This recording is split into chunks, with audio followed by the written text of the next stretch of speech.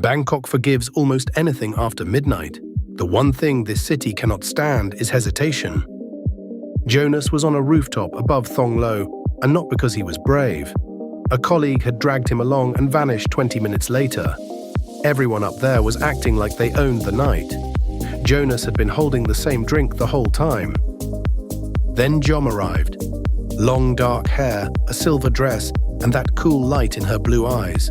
She noticed immediately that he kept looking at her and looking away again. You look like you're waiting for permission. She didn't pull him onto the dance floor. She let him decide whether to follow. An hour later, they were in a taxi. His hand lay next to hers on the back seat without touching it. Jom closed the last few centimeters herself. In the hotel room, she stood at the mirror taking off her earrings. When she lifted her chin, Jonas saw her Adam's apple for the first time. His movement froze. In the mirror, Jom wasn't looking at herself. She was watching his reaction. I didn't know. You didn't ask. He said he couldn't do this. Jom didn't argue. She picked up her bag and left. At 2:17 in the morning, Jonas was relieved. At 2:18, he already missed her. For 2 days, Jonas walked through Bangkok, trying to call his reaction reasonable, but everything reminded him of her. Silver light in a hotel lobby, long hair in front of him on the train, a perfume in a lift. On the first night, he went back to the club. She wasn't there.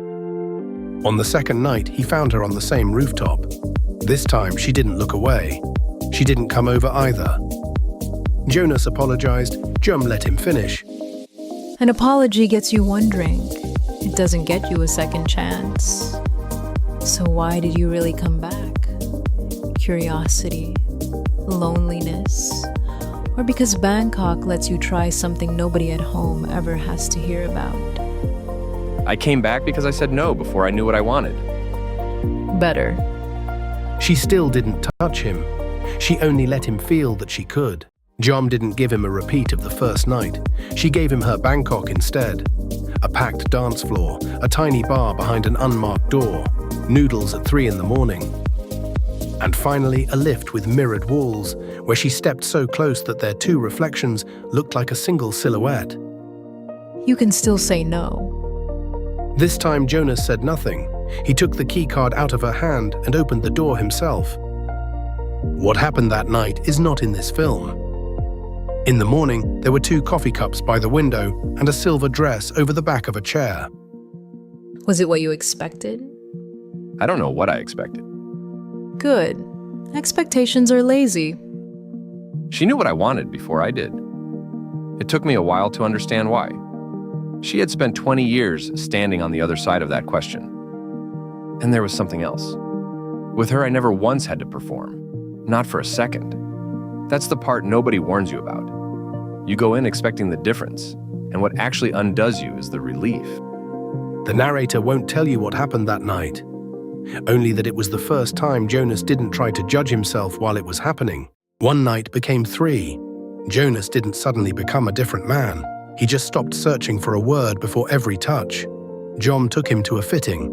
Later, they danced until morning. By the 3rd night, he no longer knew which of them was leading.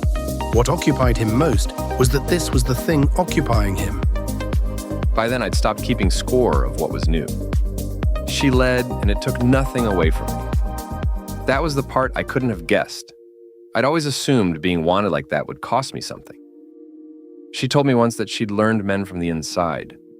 She said it like a fact, not a weapon.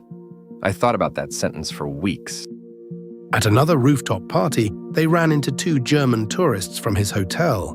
When one of them asked how he knew Jom, Jonas let go of her hand without noticing. Jom said nothing. She walked to the lift. He followed her and explained that nobody here knew him anyway. Exactly. So why are you still hiding? This is Jom. I came here with her.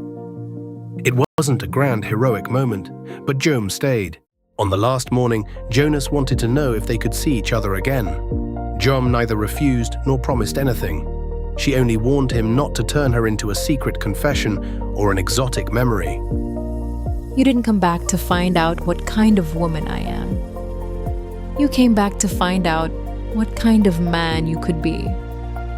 Outside the hotel, her car was waiting to take her to a casting. Jonas asked what he should say when his friends wanted to know what he'd done in Bangkok. Tell them you said no.